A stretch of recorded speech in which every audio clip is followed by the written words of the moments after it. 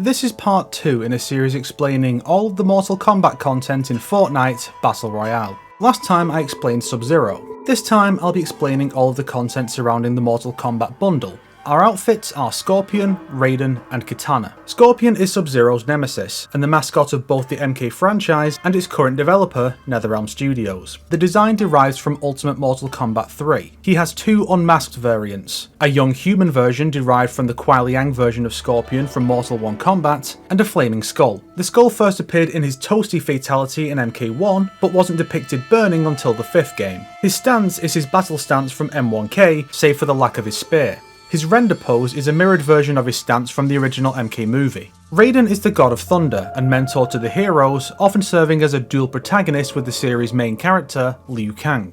This design is primarily derived from MK2, which was reused for MK3's final version, MK Trilogy, which had artwork depicting Raiden with the shoes he's seen wearing here. That's how they can justify calling him Raiden MK3, even though technically he wasn't in MK3. Kitana is the princess of Outworld and Edenia and the love interest of Liu Kang. She routinely joins the Earthrealm heroes in their battles. Alongside her clone/twin Mileena, Kitana is considered the female equivalent of Scorpion and Sub-Zero. Her design is inspired by Ultimate MK3, which is her most iconic and influential design. But this version adds black fabric covering her cleavage, similar to this statue, and shorts to cover her upper thighs. Back bling and pickaxes. Scorpion's flaming skull is a flaming skull that holds his swords. These swords are the ones he wielded in the 2011 Mortal Kombat, aka MK9. Raiden's amulet was first introduced in that same game. Originally, this served as an artifact Raiden used to send his past self visions of the earlier games to help avert disaster, while the current timeline has it be the source of the now mortal Raiden's power. The reactivity component changes the lightning emanating from it to purple and then to red. This is a nod to Raiden's corruption into Dark Raiden in each timeline, which changes his lightning from blue to red in more recent titles. Purple lightning only exists in Injustice 2's customization system. Raiden's staff has been his primary weapon since the 5th game, but he's been seen with it since 3, and this includes the last time he was featured in a shooter. This one is Rod of the Heavens from MK11's customization system. Kitana's fan bearer is a pun-riddled teddy bear first seen in Mileena's friendship in MK11. Teddy bears have been associated with Mileena since 2011, when she tried to force one onto Scorpion as a gift in the Challenge Tower.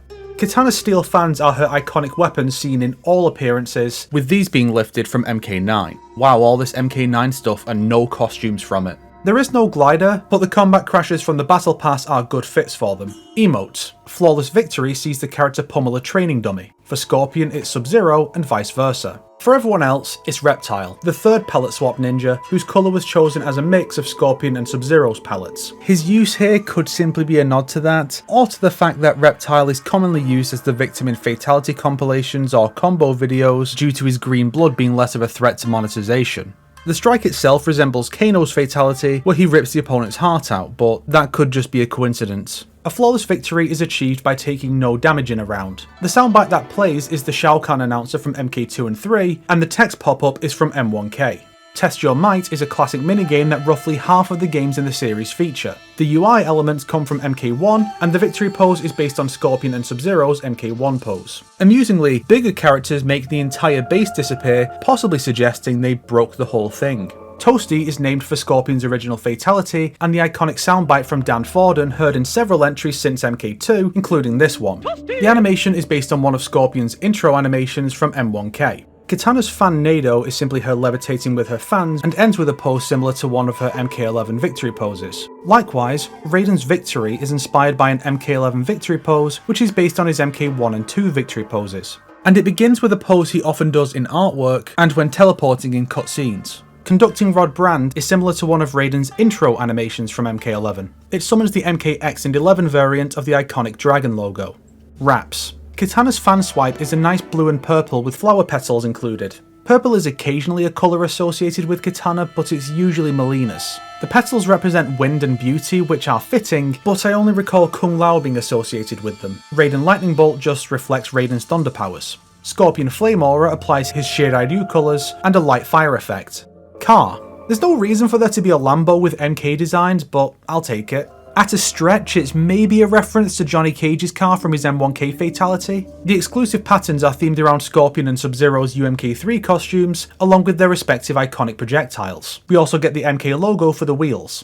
Mythic. The series' second mythic weapon is Scorpion's combat kit, represented by Scorpion's UMK3 gauntlets. When equipped, the player assumes his classic battle stance from the earlier entries. His combo is essentially the same as Sub-Zero's, but with his Demon Breath move from MK11 as the third hit. The other ability is his spear/harpoon/bloody spear, his iconic projectile where he throws out a rope dart and pulls in the opponent. The use of a chain instead of a rope derives from MK9 onwards. He also has a medallion that makes the first hit from a magazine cause an explosion because Scorpion has fire powers. NPCs. Sub-Zero can be hired by the player and will explain the basic premise of Mortal Kombat. Scorpion is summoned by a gong that leads to a fight. He opens with a wonky version of his other M1K intro animation, then fights with his mythic and his trademark fiery teleport. Places of interest. The first is the Pit, which debuted in the first game and was home to the very first stage fatality, in which the opponent was knocked off the bridge and onto the spikes below. The stage has returned several times since, receiving a design overhaul in MK9, which has remained fairly consistent since, including here. Although, it does retain the statues at the edges of the bridge from the original version, just reworked to implement Fortnite aesthetics. Similarly, pickles can be found impaled on the spikes on both the ground and the support pillars as a fun way to show the danger of the stage, but without adding MK's trademark gore. The pit bottom is directly based on MK1's version and is probably unintentional, but the presence of another bridge off in the background is reminiscent of MK2's The Pit 2, which introduced a bridge in the background that has been folded into the original since MK9. The second is the Deadpool from MK2, a walkway surrounded by streams of acid that, again, were used for a stage fatality. This one is based on the original version instead of a newer rendition, just with a few Fortnite tweaks to the statues and replacements for the partially dissolved skeletons. Also, maybe it's a coincidence, but the chests spawning over here could be a nod to MK Shaolin Monks, where pickups could spawn here in the versus mode version of the stage. And finally, the Living Forest is here, but less rigidly adhering to an existing layout. It more so takes the broader concept of the stage and takes advantage of the 3D environment, closer to Shaolin Monks than any mainline version. This stage is famous for secret characters spying on the fights from behind trees, and years of rumours of a stage fatality that has only been included in Shaolin Monks. The contrail still isn't here. I guess we have to wait for Shang Tsung or Ermac. And now, let's go over other Fortnite characters that these three have met in the past. All three featured in Mortal Kombat vs DC Universe, where they could fight Batman, Superman, Wonder Woman, The Flash, the Joker, Deathstroke, and Catwoman. Kratos was a guest fighter in MK9, which featured all three. Injustice Gods Among Us featured all of the DC side of the DCU cast, along with Harley Quinn, Green Arrow, Raven, and Black Adam, with Scorpion coming later as DLC. Leatherface, Alien, and Predator were guests in Mortal Kombat X, where all three could fight them. Injustice 2 featured most of the aforementioned DC characters, along with Poison Ivy and Starfire, with Sub-Zero, Raiden, and the Teenage Mutant Ninja Turtles featured as guest fighters. Mortal Kombat 11 featured the Terminator and Robocop, gave a Batman Who Laughs costume to Noob Saibot, and almost had Ash Williams, but the deal fell through, leading to the Joker taking his spot. All three of these can fight them all.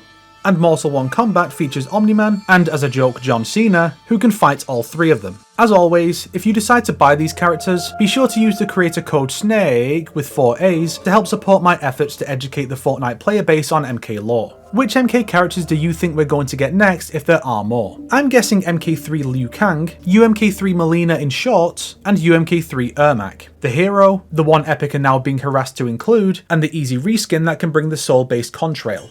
But what about you? Let me know down below. If you liked this video, be sure to share it around so that covering Mileena in shorts when it drops is worth the investment. Covering Mileena in shorts. If not, then you're clearly a fan of Kitana in shorts and start fights with random people on Twitter who dislike it, you weirdo. Today's recommended video is every version of the Deadpool explained by Babe Ruthless, where she explains every prior version of the stage and will surely include the Fortnite versions if she discusses the other two in future.